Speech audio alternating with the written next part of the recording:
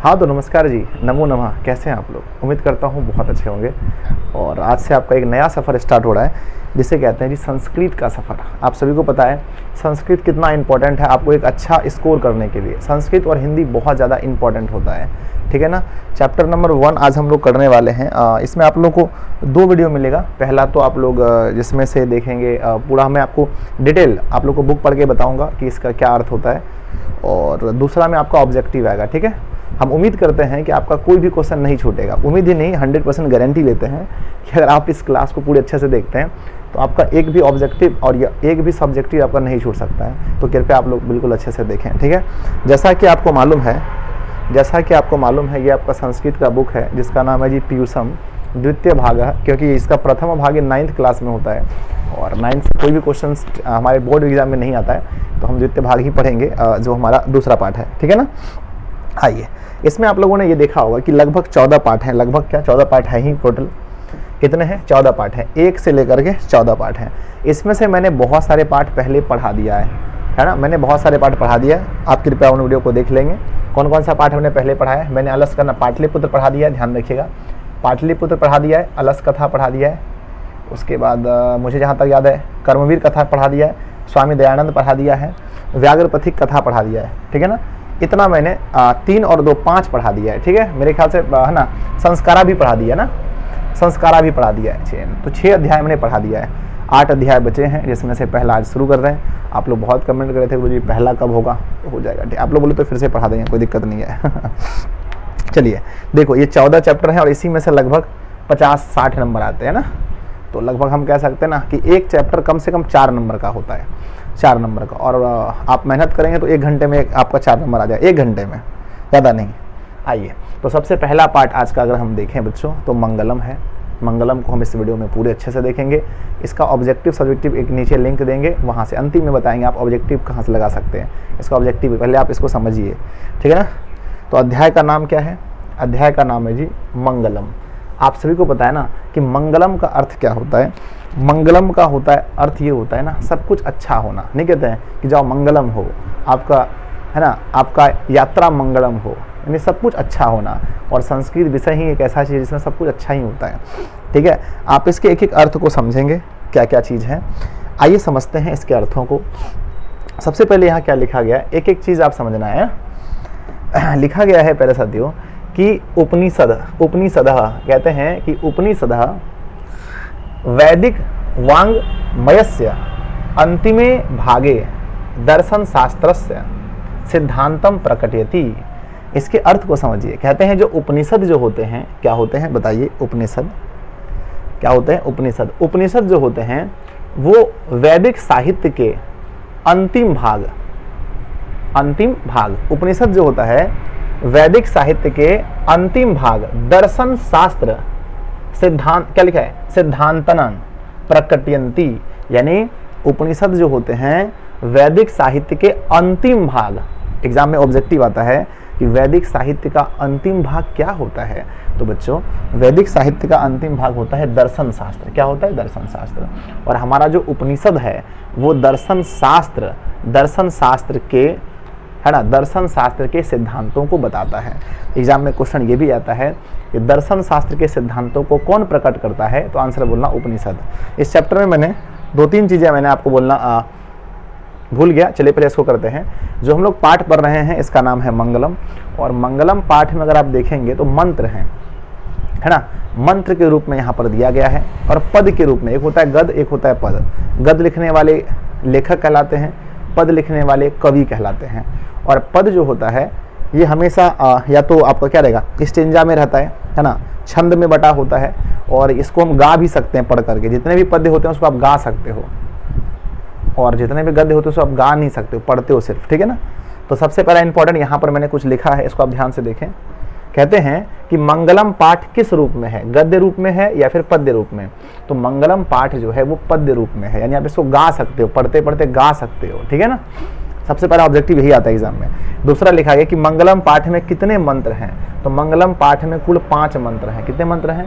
मंगलम पाठ में कुल 5 मंत्र हैं, ठीक है। आगे आता है हमारा कि इसमें ना जो कि 4 उपनिषदों से लिए गए हैं। अगर आपसे पूछा जाए मंगलम पाठ में कितने मंत्र हैं? तो 5 हैं। कितने उपनिषदों से लिए गए हैं? तो 5 उपनिषदों से लिए गए हैं। कौन कौन? सॉरी, 4 उपनिषदों से। 5 मंत्र हैं लेकिन उपनिषद 4 हैं। कौन कौन से उपनिषद हैं? तो पहला मिलेगा आपको ईशावास्य उपनिषद से, दूसरा है श्वेताश्वर उपनिषद से, और उसके बाद है मुंडकोपनिषद से, और है कंठोपनिषद से। तो 4 उपनिषद से इसके मंत्र लिए गए हैं।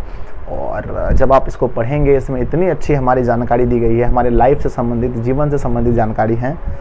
ठीक है, ऐसे याद रखना। वेद की संख्या कितनी है? 4 है। और वेद के जो अंग हैं उसे कहते हैं वेदांग। वेद, जैसे हमारा इंसान का शरीर होता है, शरीर के फिर अंग होते हैं, हमारे बहुत सारे हाथ हैं, पैर हैं, उसी तरह से वेद का भी अंग होता है जिसे हम वेदांग कहते हैं। आपके एग्जाम में दोनों क्वेश्चंस पूछे जाते हैं कि वेद कितने हैं, तो आंसर कहना 4, वेदांग कितने हैं, तो 6 है कि नहीं है। चलिए आगे आता है हमारा कि उपनिषद। उपनिषद कितने हैं? 108 उपनिषद हैं। और इनके लेखक कौन है? वेद व्यास। ठीक है ना, वेद व्यास इनके, वेद के लेखक कौन है? वेद व्यास। याद रखिएगा इस चीज को। ठीक है, हाँ तो स्टार्ट करते हैं जी। तो हम लोग कहाँ थे? आइए अपने मुद्दे पर आते हैं। हम लोग यहाँ पर थे कि उपनिषदः वैदिक साहित्यस्य अंतिमे भागे दर्शन शास्त्रस्य सिद्धांतनात् प्रकटयन्ति, यानी उपनिषद जो है दर्शन शास्त्र के सिद्धांत को प्रकट करता है। यहाँ से 2 चीज़ें निकल कर आई हैं। पहला क्या है कि उपनिषद जो है वो दर्शन शास्त्र के सिद्धांत को प्रकट करता है। दूसरा बात यह है कि वैदिक साहित्य का जो अंतिम भाग है हम उसे दर्शन शास्त्र कहते हैं। याद रखना, ऑब्जेक्टिव में काम आएगा। अगला आता है, कहते हैं कि सर्वत्र मतलब हर जगह, सर्वत्र परम पुरुषस्य किसे कहा गया है? परमात्मा को। सर्वस्य मतलब हर जगह, परम पुरुषस्य परमात्मनः महिमा प्रधानतः गीयते। कहते हैं कि संसार में हर जगह परमात्मा की महिमा गाई जाती है।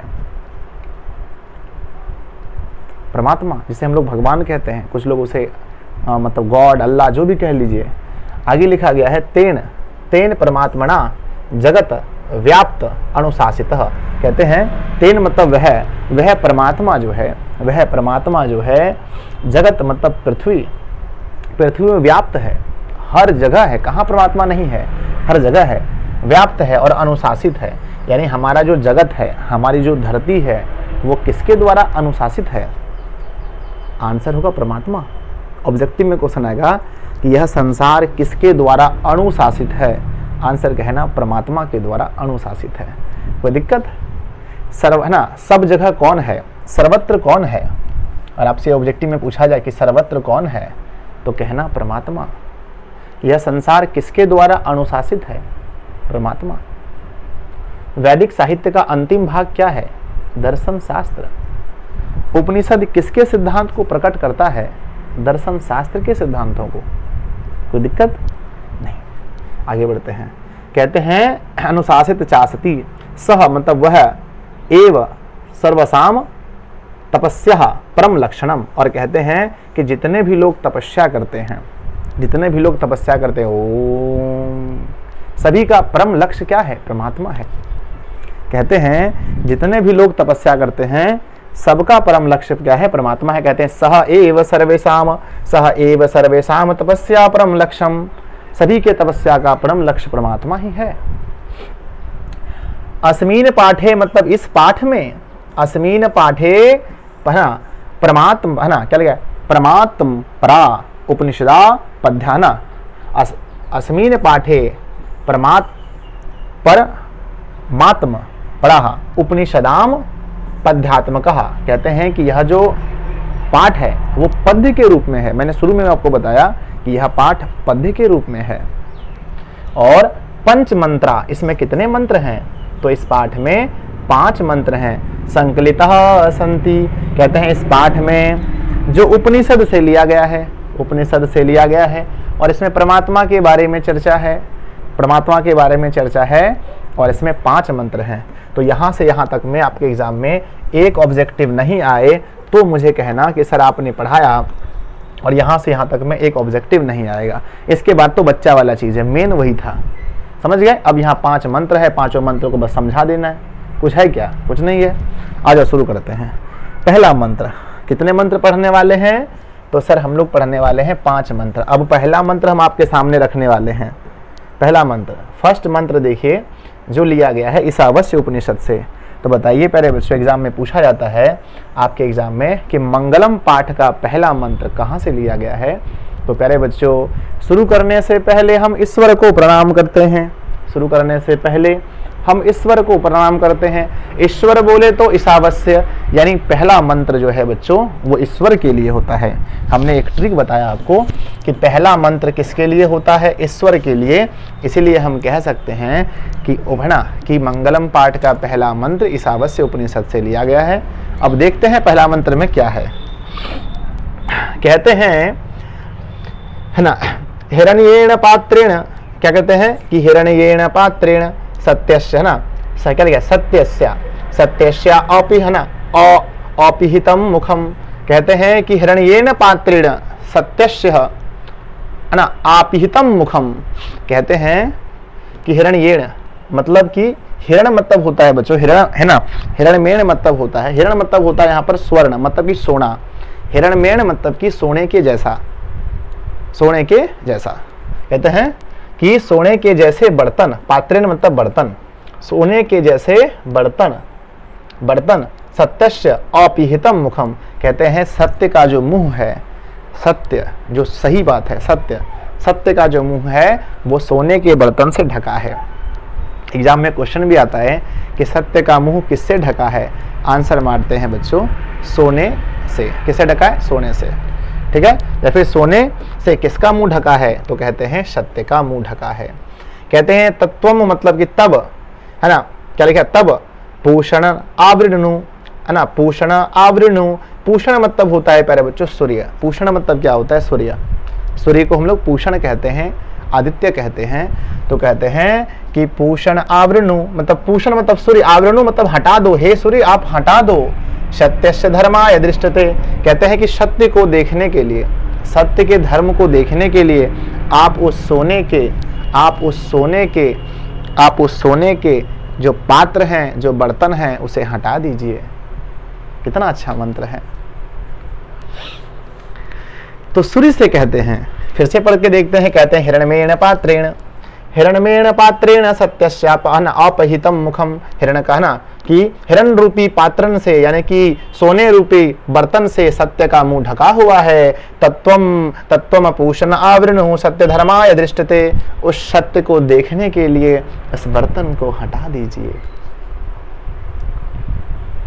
एग्जाम में यहाँ से दो ऑब्जेक्टिव बनते हैं। कौन कौन से सर? पहला ऑब्जेक्टिव बनेगा बच्चों कि बताइए सत्य का मुंह किससे ढका है। तो आंसर होता है हिरण्यमेन पात्रेण से।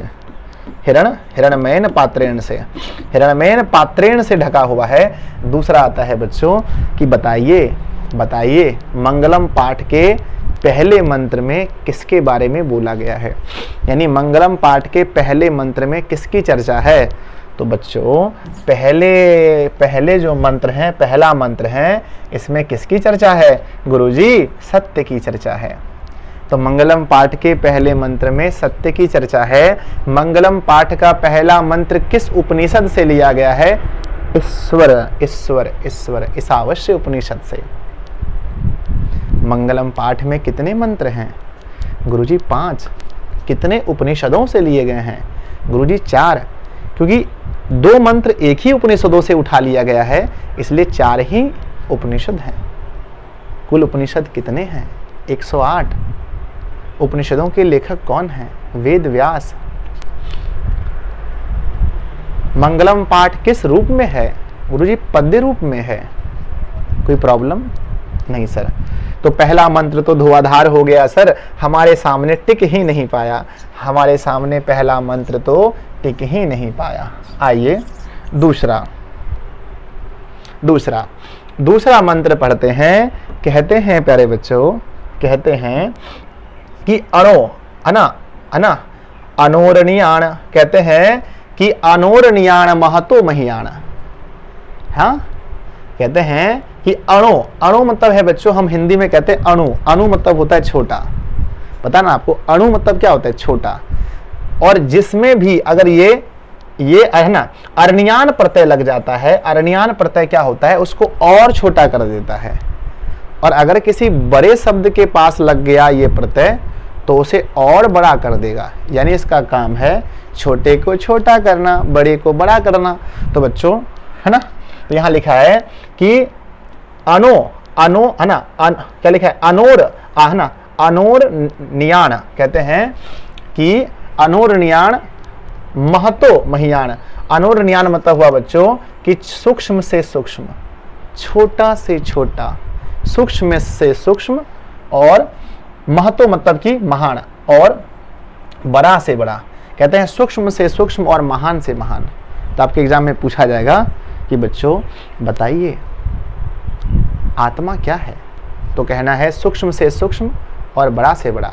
आगे लिखते हैं कि है ना, अनोरनियान महतो महियान आत्मस्य, आत्मा का, कहते हैं आत्मा जो है छोटा से छोटा यानी सूक्ष्म से सूक्ष्म है और बड़ा से बड़ा है, महान से महान है। आगे लिखते हैं कि जनतो है ना, जनतोर्निहतो गुहयाम है ना, जनतोर्निहतो गुहायाम, और जो कहाँ रहता है बताओ, जो जंतु के, जंतु मतलब हम इंसान भी जंतु हैं, और जो जंतु के, ध्यान दीजिए, गुहाय मतलब हृदय रूपी गुफा में रहते हैं, जो जंतु के हृदय रूपी गुफा में रहते हैं। और आपसे क्वेश्चन पूछा जाए कि आत्मा कहाँ रहता है, तो कहेंगे जंतु के हृदय रूपी गुफा में। जंतु के हृदय रूपी गुफा में क्या रहता है, आत्मा। क्या रहता है, आत्मा। तम क्रतु पश्यति ही वीत शोके, कहते हैं कि तम क्रतु तब, जो तीक्ष्ण बुद्धि वाले लोग होते हैं, जो विद्वान होते हैं, तम क्रतु मतलब आप कह सकते हो विद्वान, कहते हैं कि तम क्रतु जो विद्वान लोग होते हैं, पश्यति ही वीत शोको हो, यानी वो शोक रहित होकर इसको देखते हैं। हम कहते आए वो मर गया, वो मर गया, लेकिन विद्वान लोग मरने पर कभी दुख नहीं करते, क्योंकि उन्हें पता है कि आत्मा है हमारे शरीर के अंदर में, शरीर तो नश्वर है। कहते हैं कि तम क्रतु पश्यति ही वीत शोक हो, कहते हैं जो विद्वान लोग होते हैं इसे शोक रहित होकर देखते हैं, ठीक है ना। तो आत्मा को है ना, विद्वान लोग शोक रहित होकर किसे देखते हैं, आत्मा को। आत्मा को शोक रहित होकर कौन देखते हैं, विद्वान। कहते हैं धातु प्रसाद, धातु प्रसाद है ना, आनम है ना, आनम ही मांत मात है ना, आनम ही क्या लिखा है कि धातु प्रसाद आनम ही मान मात्मनः, कहते हैं कि इसे जो है वो मतलब कि शोक रहित होकर के देखते हैं। इसका मतलब ज़्यादा मुझे समझ में नहीं आया बच्चों, ठीक है ना। चलिए अब समझते हैं, ध्यान दीजिए। एग्जाम में पूछा जाएगा कि बताइए खरिया है ना, बताइए कि मंगलम पाठ का दूसरा मंत्र कहाँ से लिया गया है। मंगलम पाठ का दूसरा मंत्र किस उपनिषद से लिया गया है, तो हम कहेंगे कंठोपनिषद से। कहाँ से लिया गया है बताइए, कंठोपनिषद से। अब आपके मन में सवाल आएगा सर बताओ इसे कैसे याद रखें, तो बच्चों आत्मा के बारे में चर्चा है। दूसरों में अगर आपसे ये पूछा जाए पहली बार कि बताइए कि दूसरे मंत्र में किसके बारे में बोला गया है, तो बच्चों दूसरे मंत्र में आत्मा के बारे में बोला गया है। अच्छा बताओ पहले मंत्र में किसके बारे में बोला गया था, तो बच्चों सत्य। और हमने जाना है कि सत्य ही ईश्वर है, सत्य ही क्या है, ईश्वर है। यानी कि पहला जो सत्य है और ये इतना, ये ईशावास्य उपनिषद से लिया गया है। दूसरे मंत्र में आत्मा के बारे में बोला गया है। याद रखना बच्चों कि आत्मा कंठ में होता है, ऐसे होता है हृदय रूपी गुफा में है, पर आप गलत याद कर लेना, ट्रिक है ना, ये ट्रिक है। याद रखना बच्चों कि आत्मा के बारे में चर्चा है, आत्मा कंठ में होता है, कंठ से याद रखेंगे कंठोपनिषद। बोलो याद हो गया, यस सर। दूसरा भी मंत्र हमारे सामने धुराधार हो गया बच्चों। 5 मंत्र ही तो पढ़ने हैं, कितना आसान चैप्टर है। आगे लिखते हैं बच्चों तीसरा, ध्यान रखिएगा। कहते हैं तीसरा, कहते हैं कि सत्य ना, माफ करिएगा, यहाँ पर हमने शायद कुछ पहले मंत्र में पहले बच्चों क्या लिखा है, पहले में हिरण्यमेण पात्रेण सत्यस्य पिहत ना, सत्यस्य अपिहितम मुखम तत्वपूषणाम सत्यवदिष्टते। ठीक है, बिल्कुल सही है। आइए तीसरे में पढ़ते हैं। तीसरे वाले में पढ़िए कहते हैं कि सत्य है ना, सत्यमेव जयते, यानी सत्य की जीत होती है। सत्यमेव जयते, सत्य की सदा जीत होती है। ना नृतम, ना नृतम, असत्य की नहीं। सत्य की जीत होती है, असत्य की नहीं। एग्जाम में पूछा जाएगा किसकी जीत होती है, आंसर मारना सत्य की। किसकी जीत नहीं होती, असत्य की। सत्येन पंथा विहतो देवयान, कहते हैं कि सत्येन मतलब सत्य ही, सत्य ही, पंथा मतलब पंथ है ना, पंथा मतलब पथ यानी कि रास्ता है। विततो देवयान, कहते हैं देवलोक जाने का, देवलोक, देवलोक तक जाने का एकमात्र रास्ता है वह है सत्य। यानी सत्य से ही आप देवलोक तक जा सकते हैं।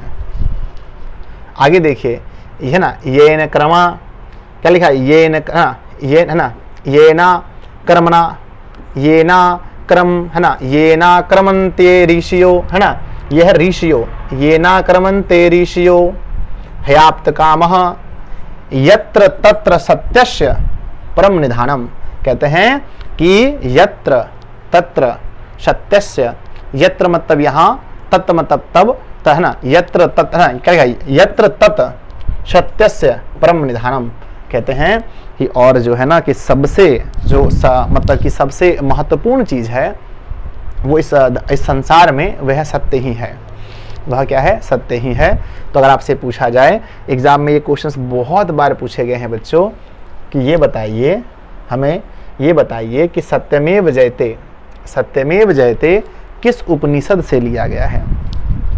तो बच्चों सत्यमेव जयते मुंडकोपनिषद से लिया गया है, मुंडकोपनिषद से लिया गया है। अगर आपके एग्जाम में ये पूछा जाए कि हमेशा जीत किसकी होती है, तो आंसर कहना सत्य की होती है। किसकी जीत नहीं होती, तो असत्य की जीत नहीं होती। आपसे ये पूछा जाए कि बताइए देवलोक तक जाने का रास्ता क्या है, तो कहना सत्य। क्या है, सत्य है। और ऋषि लोग किसके किसके माध्यम से देवलोक तक जाते हैं, तो ऋषि लोग जो हैं वो सत्य के माध्यम से ही देवलोक चले जाते हैं। ठीक है, आइए अगला हमारा है, नेक्स्ट हमारा पढ़ेंगे, कहते हैं अगला नंबर यानी चौथा मंत्र है हमारा। चौथा मंत्र कहते हैं यथा, मतलब जिस प्रकार या जैसे। जिस प्रकार नद्यः मतलब नदी, स्य क्या लिखा है, नदी स्यन्दमानः समुद्रे, कहते हैं यथा नद्यः स्यन्दमानः समुद्रे है ना, तस्य गच्छन्ति, क्या लिखा है, गच्छन्ति नाम रूपेण विहाय, कहते हैं जिस प्रकार से नदियां अपने नाम और रूप को छोड़कर, अपने नाम और रूप को छोड़कर समुद्र में मिल जाती हैं। कहाँ मिल जाती हैं, समुद्र में। एग्जाम में अगर पूछा जाए कि नदियाँ नाम और रूप को छोड़कर कहाँ मिल जाती हैं, आंसर समुद्र में मिल जाती हैं। कहते हैं तथा मतलब उसी प्रकार विद्वानाः नाम रूपाद विमुक्तः, कहते हैं कि विद्वान जो होते हैं नाम रूपाद विमुक्तः, नाम रूपाद विमुक्तः, अपने नाम को पाकर, है ना, कहते हैं कि उसी प्रकार से विद्वान नाम रूपाद विमुक्तः, कहते हैं अपने आप को मतलब विमुक्त करके, अपने अहम को मिटा करके, अपने नाम को मिटा करके, है ना, पराना क्या लिखा है, परात परम पुरुषे, पुरुष क्या लिखा है, पुरुष मुपेति दिव्यम, कहते हैं कि वो जो है परमात्मा में मिल जाते हैं, है ना, वो परमात्मा में मिल जाते हैं। जिस प्रकार से नदियाँ नाम और रूप को छोड़कर समुद्र में मिल जाती हैं, ठीक उसी प्रकार से जो विद्वान लोग होते हैं वो अपने आप को, अपने नाम को छोड़कर, अपने सब कुछ को छोड़कर परमात्मा में मिल जाते हैं। एग्जाम में क्वेश्चन आएगा कि विद्वान किस में मिल जाते हैं, परमात्मा में। नदी किस में मिल जाते हैं, समुद्र में। चौथा मंत्र कहाँ से लिया गया है, तो प्यारे बच्चों चौथा मंत्र भी आप कह सकते हैं कि यह मुंडकोपनिषद से लिया गया है। मंत्र कभी कभी ऊपर वाला मंत्र दे करके आपसे ये पूछा जाता है कि यह मंत्र किस उपनिषद से है। जैसे बच्चों लिखा रहेगा अरुणयान महतो महयान, है ना, जैसे बच्चों, है ना, जैसे आपको ये वाला मंत्र दे देगा, ध्यान दीजिएगा, हम लिखा हुआ है तो हम बता देते हैं। ये आपको लिख के दे देगा, ये वाला मंत्र लिखा रहेगा सत्यमेव जयते नावृत, है ना, सत्यमेव जयते ना नृत्यम। ये मंत्र देगा और आपसे पूछेगा किस उपनिषद में से है, तो बच्चों हर किसी को याद है कि सत्यमेव जयते को मुंडकोपनिषद से लिया गया है। और अगर पहला वाला देता है, ध्यान दीजिएगा, अगर पहला वाला देता है तो कोई बात ही नहीं है, बड़ा आसान है। पहला वाला देता है, क्या लिखा गया है कि हिरण्यमेण पात्रेण, कहते हैं कि हिरण्यमेण पात्रेण सत्यस्य अपहितम मुखम। ये अगर आपसे दे के पूछे कि किस उपनिषद से लिया गया है, तो बच्चों हिरण्यमय पात्रेण, यानी हिरण्य मतलब होता है कि सोने के जैसा। तो ये चर्चा हुआ है पहले वाले में, फर्स्ट वाले में, यानी है ना, ईशावास्य उपनिषद में। इसको बस याद कर लेना है थोड़ा सा, ये प्रैक्टिस से हो जाएगा। मैं यहाँ खड़ा हूँ, आप टेंशन बिल्कुल ना लें। अब बच गया हमारा लास्ट मंत्र। कौन सा बचा है? लास्ट मंत्र। आइए अब हम लास्ट मंत्र को देखते हैं। और लास्ट मंत्र में क्या है? 4 मंत्र हम लोगों ने देखा जी। यस सर, आप भरोसा कीजिए, एक भी क्वेश्चन आपका नहीं छूटेगा। लास्ट मंत्र आपके सामने है, ध्यान दीजिएगा। लास्ट मंत्र, अच्छा ब्लैक में नहीं दिख रहेगा ना, एक सेकेंड। लास्ट मंत्र भी यहीं पर होगा, मुझे पूरा भरोसा है। चलिए जी, यहीं पर है ना, बैकग्राउंड चेंज दिखाई पड़ रहा है आप लोगों को। आइए लास्ट मंत्र देखते हैं। कहते हैं कि वेदा हेमंतः पुरुष महांतम। कहते हैं कि यहाँ वेद को पुरुष कहा गया है। यहाँ जो वेद है ना, इसे पुरुष कहा गया है। कहते हैं कि वेदा, क्या लिखा? वेदा हमिंतम पुरुष महांतम। कहते हैं कि पुरुष महांतम, कहते हैं कि वेद जो है वो महान है। वेद जो है वो क्या है? महान है। या फिर कह सकते हैं कि वेद को जानने वाला पुरुष महान है। वेद को जानने वाला पुरुष क्या है? महान है। कहते हैं कि आदित्य वर्णम, आदित्य वर्णम समझते हैं क्या होता है? आदित्य मतलब होता है सूर्य, वर्णम होता है उसका रंग, जो सूर्य का रंग निकलता है, जो कलर जब सूर्य की रोशनी आती है तो उसे आदित्य वर्ण कहा गया है। कहते हैं कि वेदा हेमंतम पुरुष महांतम आदित्य वर्णम तमश, क्या लिखा? तमसः, है ना, परसा, है ना, क्या लिखा? पर शतातः। कहते हैं कि तमेव, कहते हैं कि जिस प्रकार से आदित्य का वर्ण यानी कि सूर्य की रोशनी आने से तमस मतलब अंधकार, पर शतात अंधकार समाप्त हो जाता है। सूर्य की रोशनी आने से जिस प्रकार से अंधकार समाप्त हो जाता है, ठीक उसी प्रकार से है ना, उसी प्रकार से वेद को पढ़ने से, किसको? वेद को पढ़ने से हमारी अज्ञानता समाप्त होती है। ये भी याद रखना, मैं एक अलग से ऐड कर रहा हूँ कि अज्ञानता हमारी समाप्त हो जाती है। आगे लिखें कि तमेव विदित्वाति ही मृत्यु मते। कहते हैं कि तमेव विदित्वाति मृत्यु मते, यानी कि हमारा जो मृत्यु है वो निश्चित है। हमारा तमेव विदित्वाति मृत्यु मते, यानी कि हमारा जो मृत्यु है वो क्या है? निश्चित है। नान्यः पंथा विद्यतनाय, और इसके अलावा कोई पंथा मतलब मार्ग भी नहीं है, इसके अलावा कोई मार्ग भी नहीं है। अर्थात हमें उम्र रहते हुए सत्य को जानना चाहिए, हमें समझना चाहिए आत्मा क्या है, सत्य क्या होता है, परमात्मा क्या है, किस प्रकार से हम सत्य के रास्ते पे चलकर भगवान की भक्ति करके, भजन करके, खुद को आत्मा के रूप में जानकर किस प्रकार से उस परमात्मा को पा सकते हैं, उसी के बारे में इस अध्याय में बोला गया है। तो सबसे अंतिम जो है बच्चों, वे लिया गया है श्वेताश्वर उपनिषद से। सबसे अंतिम मंत्र जो है वो कहाँ से लिया गया है? श्वेताश्वर उपनिषद से लिया गया है। और एक एक मंत्र आपने देखा कितना लाजवाब था। यहाँ बताया गया है इस लास्ट वाले मंत्र में किसकी चर्चा है? तो लास्ट वाले मंत्र में बच्चों वेद की चर्चा है। वेद के बारे में बताया गया कि वेद का क्या इंपॉर्टेंट है, वेद का इंपॉर्टेंट है, वेद के बारे में। ठीक है, अब जितने भी ऑब्जेक्टिव क्वेश्चन हो सकते हैं मैं एक बार आपसे पूछता हूँ, फिर ऑब्जेक्टिव हम लोग अलग से करेंगे भी, ठीक है ना। तो हम आपसे एक ऑब्जेक्टिव के बारे में देखो, बोलो बंदा, कोई दिक्कत नहीं है। ऑब्जेक्टिव में देखिए कौन कौन सा क्वेश्चन बन सकता है, फटाफट से जवाब देंगे आप लोग, फिर ऑब्जेक्टिव का आएगा तो कर लीजिएगा। पहला क्वेश्चन आ सकता है बच्चों कि हमारा जो मंगलम पाठ है वह किस रूप में है, तो आंसर पद्य के रूप में।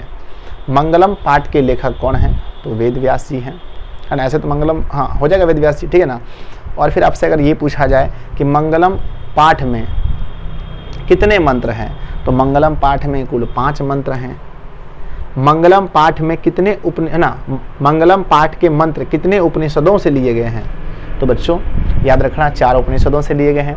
मंगलम पाठ का पहला मंत्र किस उपनिषद से है, तो बच्चों है ना, पहला मंत्र जो है हमारा फर्स्ट मंत्र देखेंगे तो वो हमारा ईशावास्य उपनिषद से लिया गया है, ईशावास्य उपनिषद से। दूसरा किससे लिया गया है, दूसरा वाला हमारा कंठोपनिषद से लिया गया है, कंठोपनिषद से लिया गया है, जिसमें कहते हैं, जिसमें आत्मा के बारे में है, अरुणियाण महतु महियाण, आत्मा के बारे में। तीसरा लिया गया है बच्चों मुंडकोपनिषद से, मुंडकोपनिषद से, जिसमें बताया गया है कि सत्यमेव जयते। चौथा अगर बोला जाए तो चौथा भी लिया गया है मुंडकोपनिषद से। और 5वां मंत्र अगर पूछे कहाँ से लिया गया है, तो बच्चों 5वां मंत्र लिया गया है हमारा, 5वां मंत्र जो लिया गया है वो हमारा श्वेताश्वर उपनिषद से लिया गया है, श्वेताश्वर उपनिषद से लिया गया है। और आपसे ये पूछे कि है ना कि आत्मा कहाँ रहता है, और आपसे पूछे बच्चों आत्मा कहाँ रहता है, तो आंसर है हमारे हृदय रूपी गुफा में। कहाँ रहता है, हृदय रूपी गुफा में क्या रहता है, आत्मा रहता है। और आपसे पूछा जाए प्यारे बच्चों कि मनुष्य के हृदय रूपी गुफा में क्या रहता है, तो आंसर होगा हमारा आत्मा।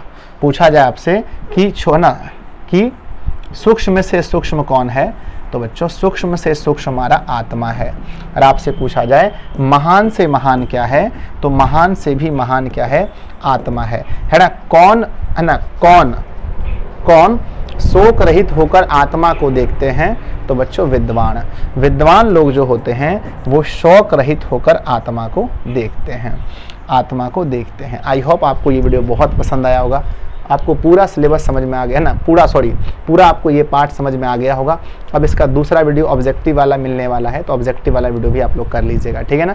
आई होप आपको अच्छा लगा, वीडियो अच्छा लगे तो आप सभी लोग लाइक ज़रूर कीजिएगा, अपने दोस्तों को, सबसे अच्छे दोस्त जो हैं उसको शेयर कीजिए। अब अगले पार्ट में हम लोग ऑब्जेक्टिव और सब्जेक्टिव दोनों कर लेंगे, ठीक है। हमको उम्मीद है कि अगला पार्ट आप लोग आराम से देख लीजिए, नीचे लिंक है वहाँ से जाइए और आराम से इसको देख लीजिए, ठीक है ना, इसका नेक्स्ट पार्ट, ठीक है। अपने दोस्तों में शेयर कीजिएगा, चैनल पर पहली बार है सब्सक्राइब कर लीजिएगा। अगर आप इसका नोट्स लेना चाहते हैं, नोट्स के लिए प्यारे बच्चों हमारा वही नंबर है 7700879453 पर इसका नोट्स मिल जाएगा, जिसको आप घर बैठे पढ़ करके जो आपका सपना है 450 अंक का वो पूरा हो सकता है। तो ये नंबर है जी, इस पर आप हमारा फीस है मात्र नोट्स का 251 रुपये, जिसमें हम आपको ऑल सब्जेक्ट का नोट्स देते हैं। आप ऑनलाइन पेमेंट कर सकते हैं गूगल पे, फ़ोनपे, पेटीएम से, और इस नोट्स को ले सकते हैं। जय हिंद, मिलते हैं नेक्स्ट क्लास में। धन्यवाद आप सभी का। आज का क्लास कैसा लगा जी, ये कमेंट जरूर कीजिएगा नीचे, क्लास कैसा लगा, ठीक है ना। क्योंकि पढ़ के हमें बहुत मोटिवेशन मिलता है।